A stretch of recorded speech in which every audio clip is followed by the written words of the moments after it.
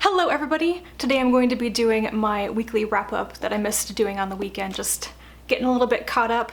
This will be brief because I don't have much time to film today, so I'm going to try to whiz through these as quickly as possible.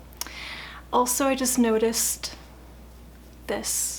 It's one of my favorite t-shirts, and something in the laundry slightly bleached it up there. I'm so mad. It's really clear on the viewfinder. Why is this my life? This always happens to my favorite t-shirts. Anyway, books. The first book I have to talk about is Fallen into the Pit by Ellis Peters. This is the first book in her Inspector Phelps mystery series, which I guess she was writing at the same time as the Brother Cadfael series, because this is from 1951, I think, and the other books in the series are from like the 60s and 70s. So yeah, I didn't know this existed until I found this first book in a used bookstore, and I thought, it's Ellis Peters, I should try that. So I think that this series overall is about Inspector George Phelps and his son Dominic investigating crimes and such.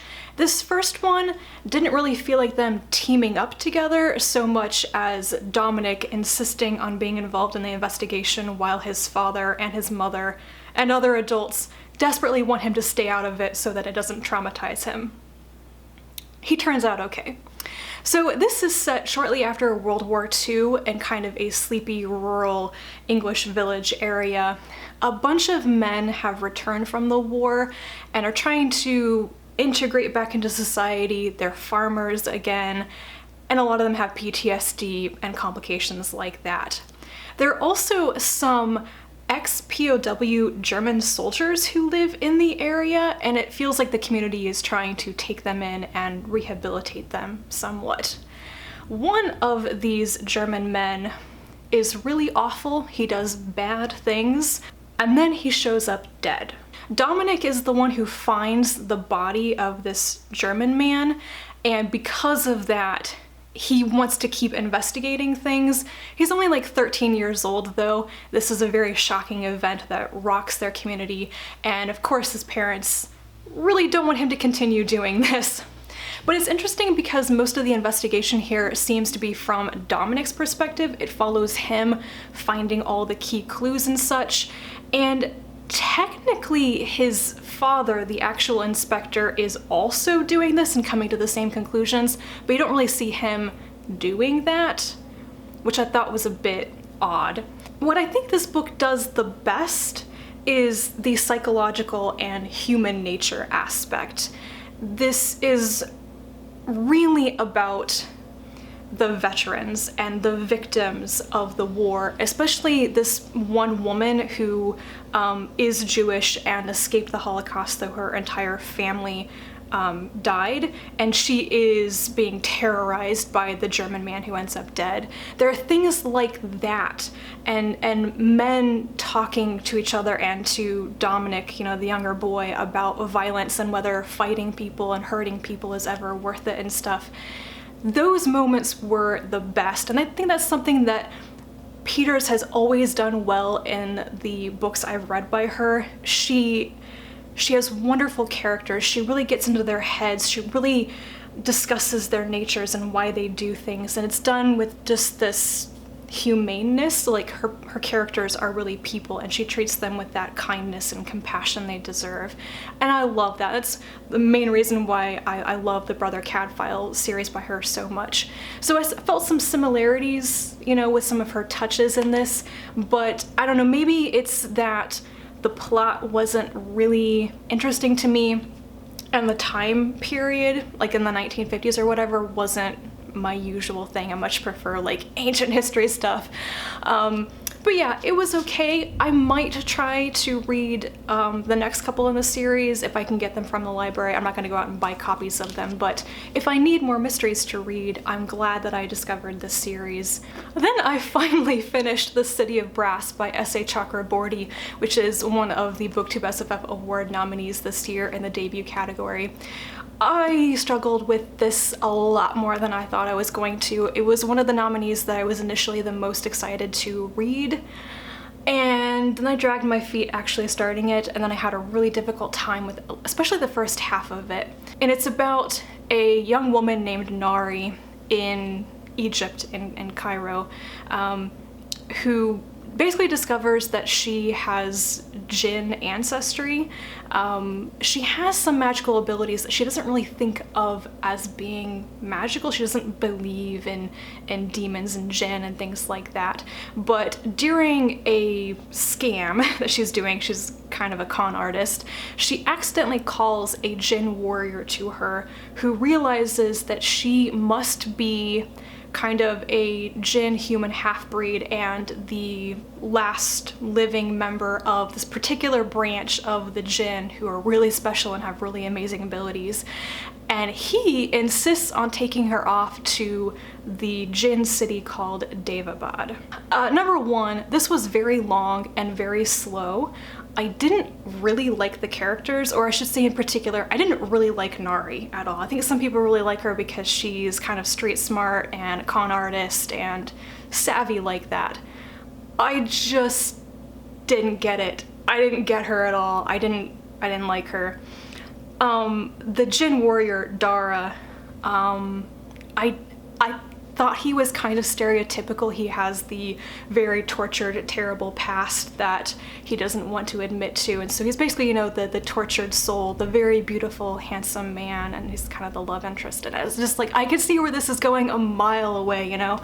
And then Ollie, who I thought had the most interesting story, the most morally, ethically complex one, but he was kind of a wet blanket as well.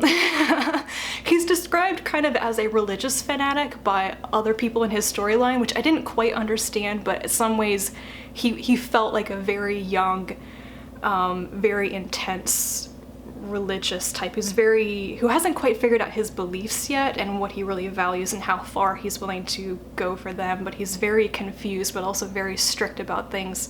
It's kind of odd.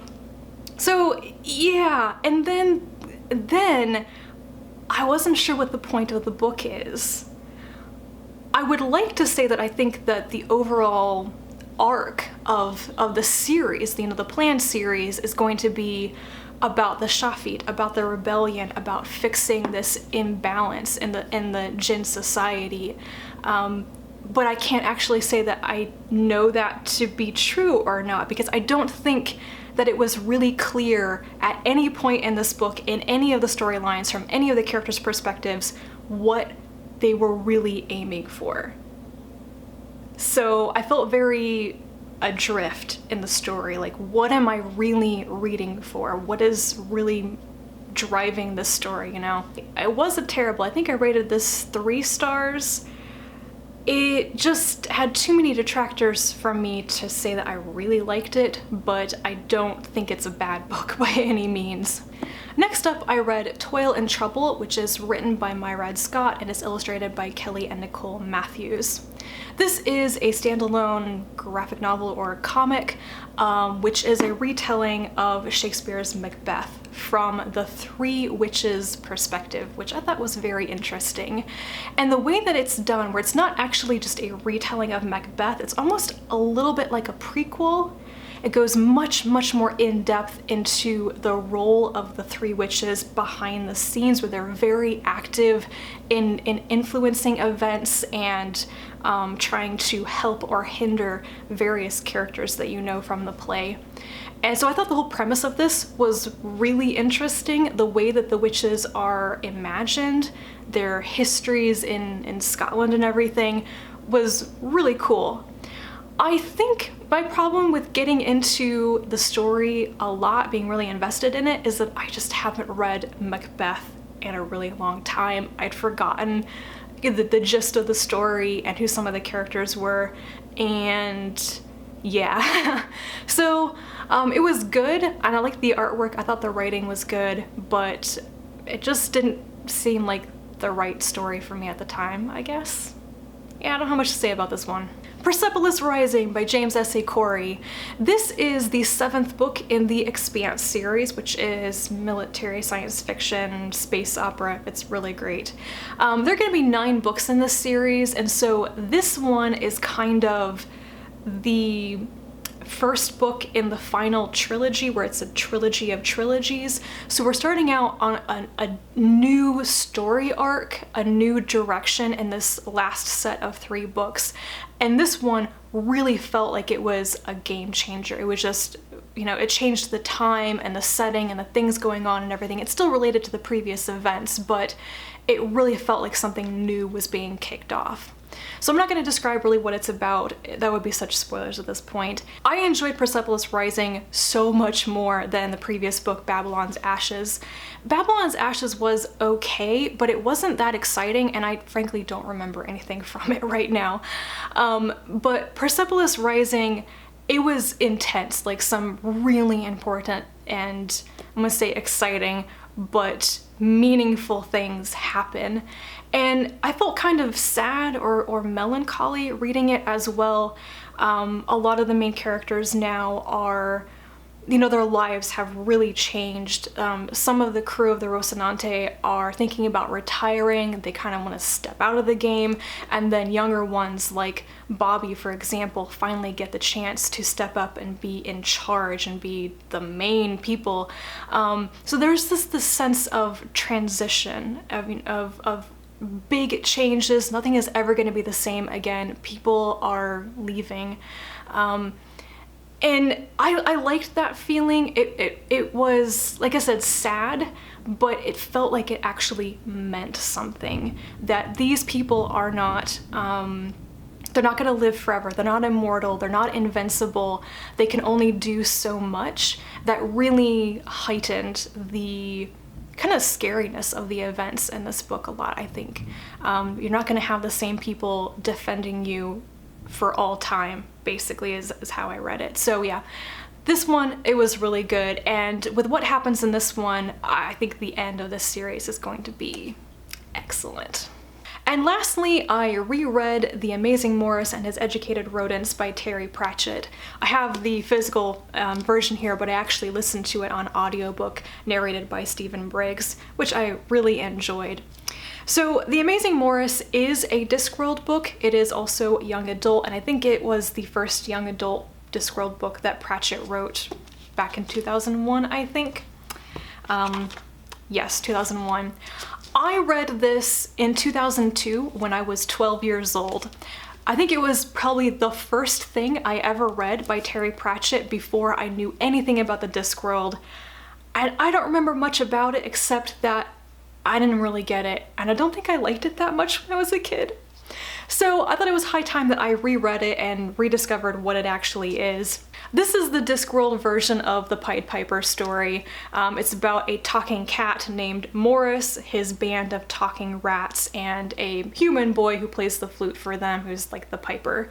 And they go around doing the Pied Piper rat catcher scam on towns to make money. And yeah, the rats have developed an ethical problem with taking money from poor people, basically, and they're only going to do this con one more time. But they come into this town in Uberwald, and the rat situation there is very strange. So they stick around to figure out what's going on and to help solve the situation. It was okay. I think I didn't like it quite as much because there really isn't a connection with any of the really well-known staples and stock characters of Discworld. There aren't cameos from well-known characters in the world. It's really a self-contained standalone with brand new characters in this book. So I guess for younger readers, this being their first exposure to Discworld, that makes sense. You don't have to know anything about the world at all to enjoy it and understand what's going on. But I really enjoy the interconnectedness of the Discworld novels proper, so I missed that quite a bit. But otherwise, it was good. And that's it. Those are all the things that I read this past week. Do let me know if you have read any of these. We can discuss them in the comments down below. Thank you very much for watching, and I'll be back to talk to you again soon. And until then, bye.